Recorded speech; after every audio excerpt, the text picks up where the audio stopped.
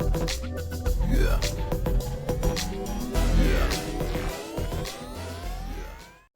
Hello everybody, Savat the Mighty here, and I'm back with another Eve Echoes video. So we're on the Fulmination test server, and we're going to be taking a look at another ship today. And today's ship is going to be the Minmatar Maelstrom.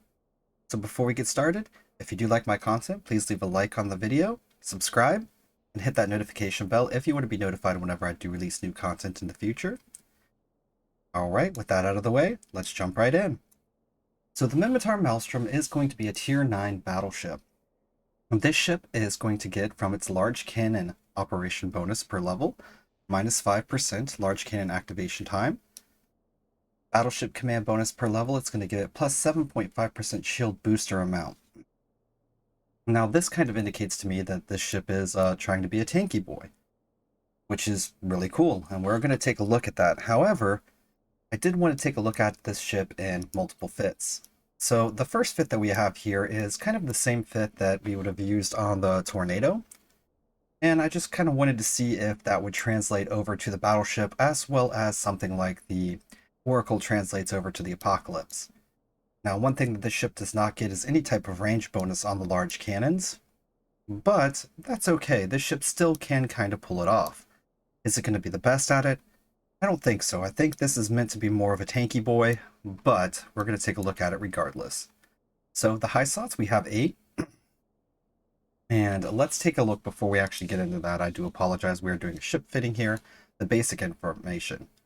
Overall defense on this ship is actually going to be 64,128 with a flight velocity of 136, warp speed of 2, a power grid output of 14,317 megawatts, a capacitor of 7,757 gigajoules, and a cargo hold capacity of 1,103.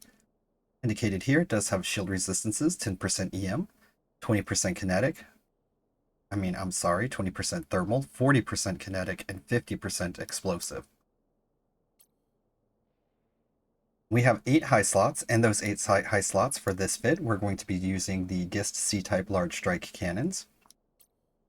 And the medium slots, I just threw some stuff in here. All of these things are pretty much up to what you want to do. I would imagine if you want to have a little bit more tank, you could put more tank on it, vice versa.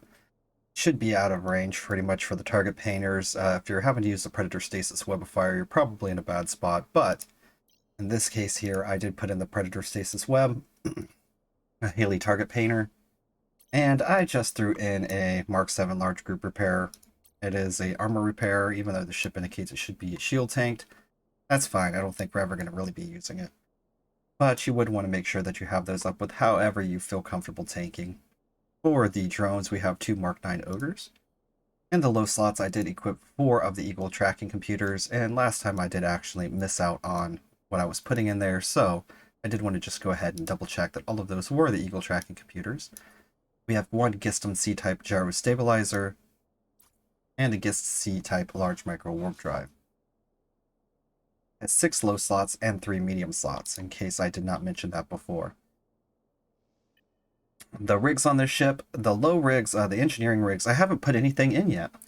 So for the high slots, I actually have cannon burst aerators. I have 2 of those in there. And we have a cannon collision accelerator. So one is the damage for 17.5, the other 2 are the activation time adjustment of 12.5 to maximize the DPS on the ship at the long range. The rigs in the low slots for the engineering rigs, I do have those completely empty because I wanted to kind of talk to you about those. Where it's sitting at now, the capacitor is stable on this ship. So it being stable already out of the box, if you're going to be using a long range fit like this on this ship, these low rigs are completely up to what you want to put in there. You could do stuff like auxiliary thrusters to actually give this ship more speed for moving around, which I'm going to go ahead and put in there right now. There is also something that I don't think I have any of those in here right now. But you could also reduce the lock time by using those rigs. I forget the names of them. Let's go take a look at the market real quick. Engineering rigs. Okay, I believe those would be under electronic rigs. No, they're not there. Engineering rigs. Here we go. The targeting system ones. Yeah. Which give you your scan resolution up 30%. Those could be something that you could actually put in there as well if you want to make sure that you don't get locked down in case a ship gets under you. You could use the warp core optimizers. So you actually have quite a bit of things that you can put in here. So I'm just going to make this thing go faster, because faster is always good. But there's something to be said. I mean, you can pretty much do whatever you want in those rigs as it's already stable. So you've got those completely freed up. Now, this is on the test server with all max skills. So you might not be cap stable if you have lesser skills. And you may want to put some capacitor control circuits or something like that in there if you wish. So this is what it looks like. Let's take a look at the stats. I do apologize. I'm still fighting a little bit of a cold here. The turrets were doing damage of 1,136.3 DPS. And we do have drones doing 96.10 DPS, but they shouldn't really play a factor in this. For the defense, we have a total of 95,620 effective hit points. 28,861 are in the shields, with an EM resistance of 10, a thermal resistance of 20, a kinetic resistance of 40, and an explosive resistance of 50. In the armor, we have 25,911, so it just has just slightly more in the shields. For EM resistance of 60, thermal resistance of 35, kinetic resistance 25, explosive resistance of 10. And for our structure, we have 23,176, with 33% across the board. The capacitor, like I indicated before, it is stable. Capacitor recharge rate 1.38 gigajoules per second at 5.7%. Capacitor capacity is 8,727 gigajoules with a recharge time of 902 seconds. Maximum power grid is 21,475. For targeting, it does have a radar sensor strength of 24 points with a scan resolution of 159, a signature radius of 289, and it can lock a maximum of 8 targets. Navigation, now that we threw those rigs in there, it's sitting at a max velocity of 278.8 with a warp prep time of 13.78 seconds and a warp speed of 2. The cannons themselves are going to have a tracking speed of 2.43, an activation time of 11.75 seconds, an optimal range of 66 km, and an accuracy fall-off of 63. To be specific, the optimal range is 66.39, and the accuracy fall-off 63.63. And that's basically going to put us at 130 km for 50% damage. If we're fighting closer than that, we're fine.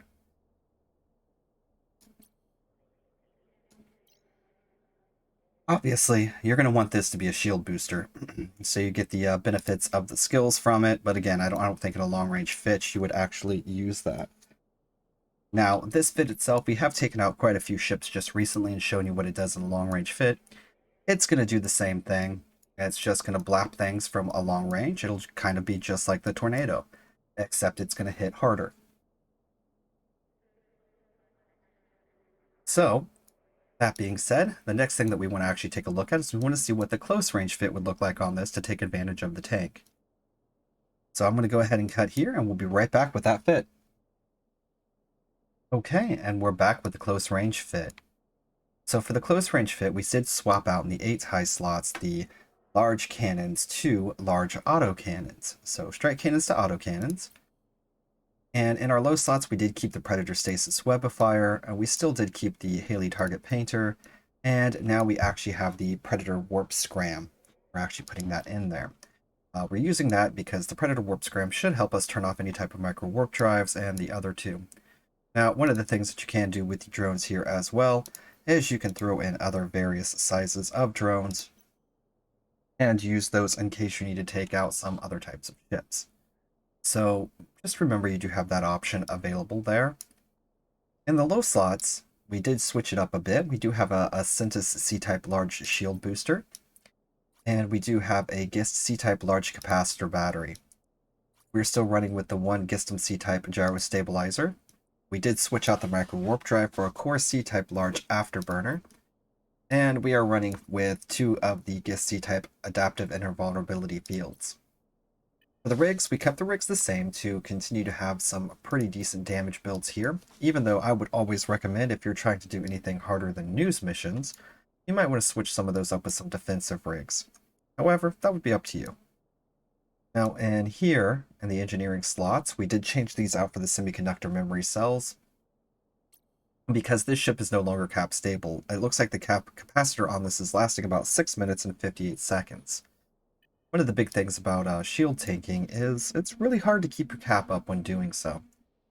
Now I decided not to go with a double shield or anything like that because this ship does get that bonus of the 7.5% per level for the battleship command to the shield boosting amount. So this shield booster should boost pretty decent for us, and I think it would actually just be just fine. So with that, that kind of gives you the benefit of having the rig baked right into the ship. As you can see here, the damage is 1,842.2 for the total DPS on the guns alone, with the drones bringing in 96.10 for a total of 1,938.12. Now that being said, your optimal range is 6 km. Most likely you're not going to be in your optimal range, so that damage is a little bit of a lie. The accuracy falloff though is 27.86 km, so sitting out at in between 30 and 6, you're going to be doing anywhere between 900 damage and the 1,800. So that is the ship, that is what it looks like. Let's go ahead and take this out, and I will be just back and we will jump into the combat. Alright, so here we are at the combat anomaly. Like always, we're going to take a look at some of our substats with activations on first. So we're going to go ahead and move in a direction. We're going to activate both of our shield hardeners, and we're going to activate the afterburner, and we're going to see exactly where we're at. So for defense, we're sitting at a total of EM resistance of 61, thermal 65, kinetic 74, explosive 78. And definitely not bad for the defensive stats for being a all damage rig ship. And our navigation, we're moving at 549.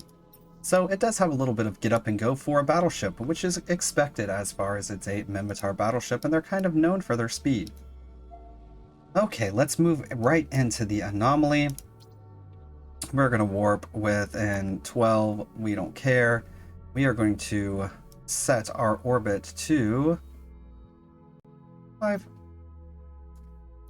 And we're going to set our approach to 0. Warp drive active. And here we go.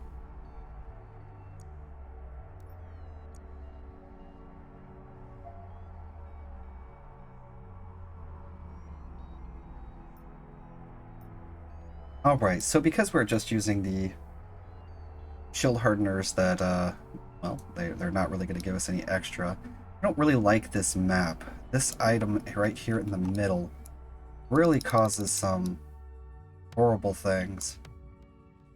Let's lock everybody up.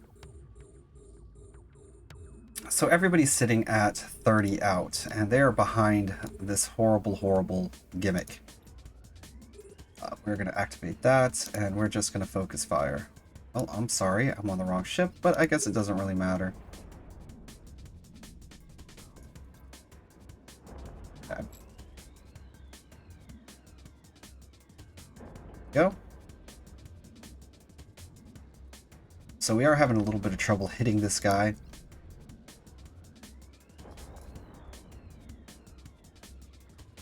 So sitting here at 16, we're going to come to a complete stop.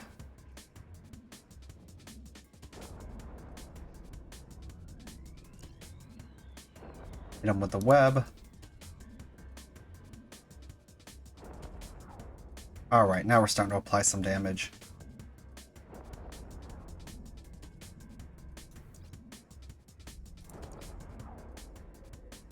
Once we get rid of this little ship, everything should be fine. Let's just focus fire on that, activate this, and see what our damage is sitting at. 2,360. So even at 2,360, I think we're going to be okay if we're doing a little less than our full damage.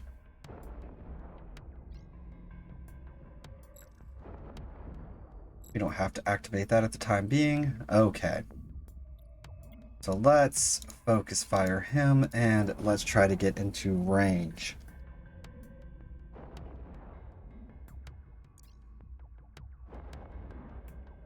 There we go. So this ship is definitely going to be a way more active of a pilot ship. And it looks like there's going to be a lot of things that you want to control. You really want to get your range in on board here. You want to micromanage all your little things. Trying to get within that 6 km range so you can do stuff, making sure that your capacitor battery is going to be active whenever you do need it. Your shields and watching your energy is all going to be part of maintaining the ship. However, if that's one of the things that you are into, a very active ship, then this might really be the ship for you. The capabilities of doing the long range and short range are something that I love. We're going to activate our capacitor battery yet again. So I do really enjoy ships that do have that ability to fight at long range and short range, and this one definitely does fill that role. It also brings a little bit more to the short range battle with having the ability to basically have 1 1/3 of a shield already using its passive ability. Because it does have so many high slots and the form of 8 there, it can actually get up to doing some pretty insane damage. So the things that you can do with this ship are just pretty astounding, and I'm quite happy with that.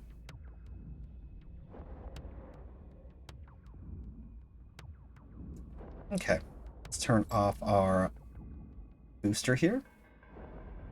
So we have our orbit set to 5, and we're still sitting about 7 km off, so that might be something that you want to look into as well. Let's take a look here. Let's lock up some of these smaller ships. They're going to be the biggest threat to us. Okay. Stop moving.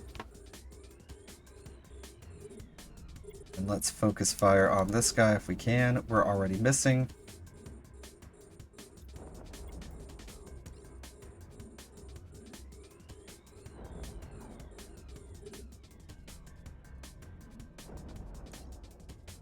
Hit him with that too. See if we can't slow him right down.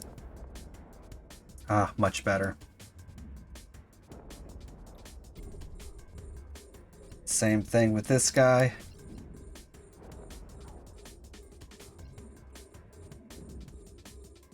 Activate our battery and our shield booster.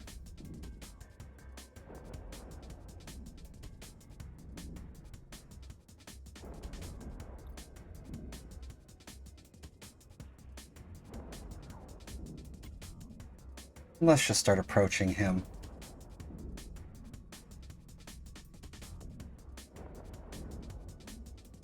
Okay, battery is about over. We'll let our shield booster tick one more time.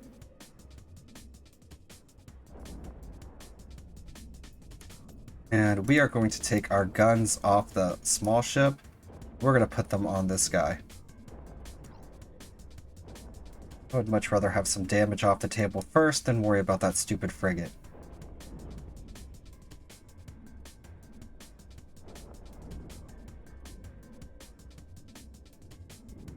Okay, we seem to be now in a really good spot, so I am going to refocus my guns on that and activate for more damage. We got about 17 more seconds until we'll be able to activate our capacitor battery again. Ah, the drones finally got their targets.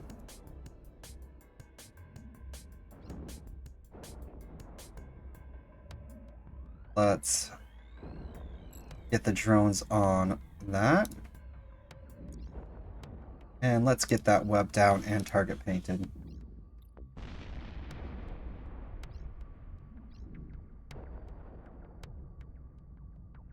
Okay. Here we go. Let's get our shields back up from the damage that we have taken. And let's approach this guy. Very active ship. I think if you get a rhythm going here, you're going to be able to do this much quicker than I'm doing it, and you're going to have a real good time.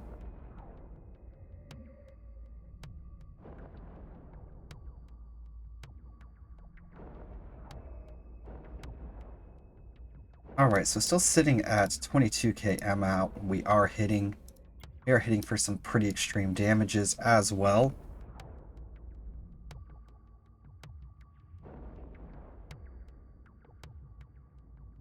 I said approach and I forgot to change that. Oh well, that was my fault.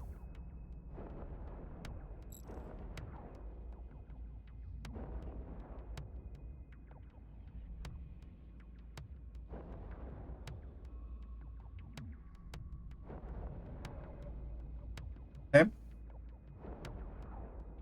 So we are heading in. The last wave will be here in just a moment. Pretty effective. I really do like it.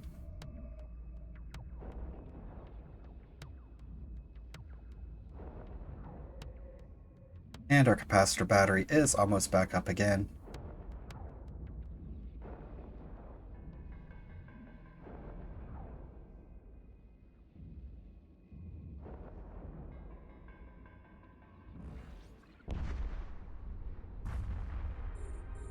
Let's lock up some ships.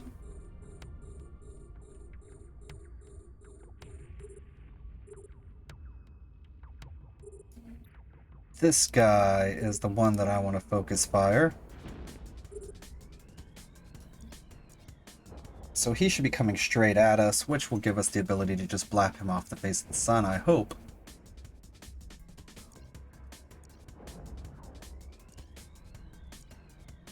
Okay, now he is in a crazy orbit around us, but that's okay. We got him jammed. His little micro warp drive can't do much to us. Yeah, let's get this guy next.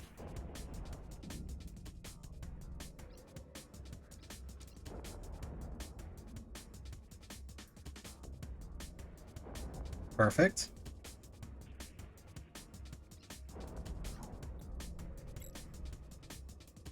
And let's start approaching head on.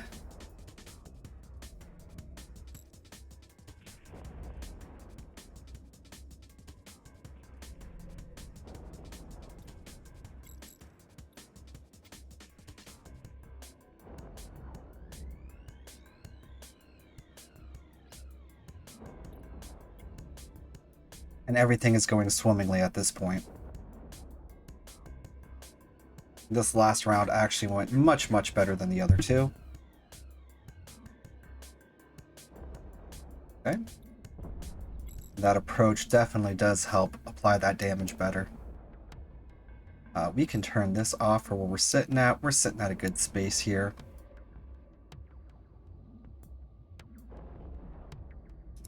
Activate our damage.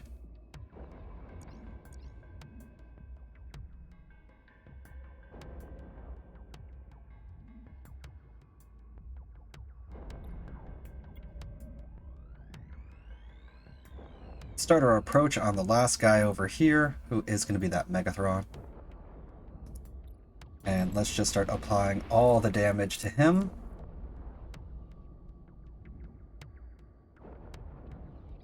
So as you can see, it doesn't really fight within its optimal range. Hardly at all. But that's really not that big of a deal. It still pumps out a crap ton of damage.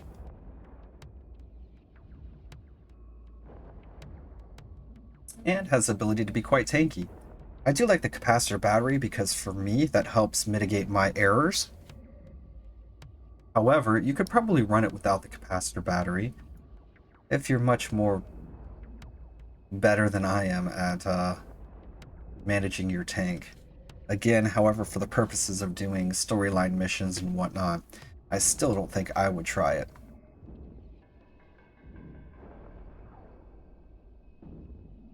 So I've got about another 11 seconds before the capacitor. Just go ahead and stop. We can sit here face to face with this guy. We're going to activate our shield booster. Activate our shield battery.